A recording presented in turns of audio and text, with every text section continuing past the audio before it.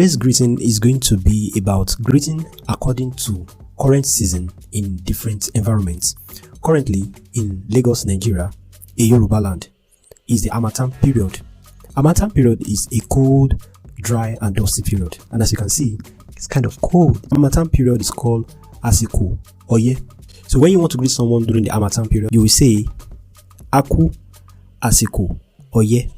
Aku Asiko Oye. Currently in UK, Canada and US is the winter period.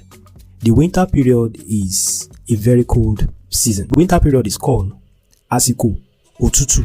So when you want to greet someone during the winter period, you say Aku Asiko Otutu. Aku Asiko Otutu.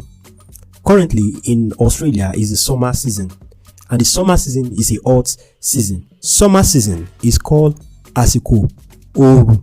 So when you want to greet during the summer season, you say Aku Asiko Oru. So go out there today and greet someone in Yoruba according to the season in your environment. Otudola o. Till tomorrow.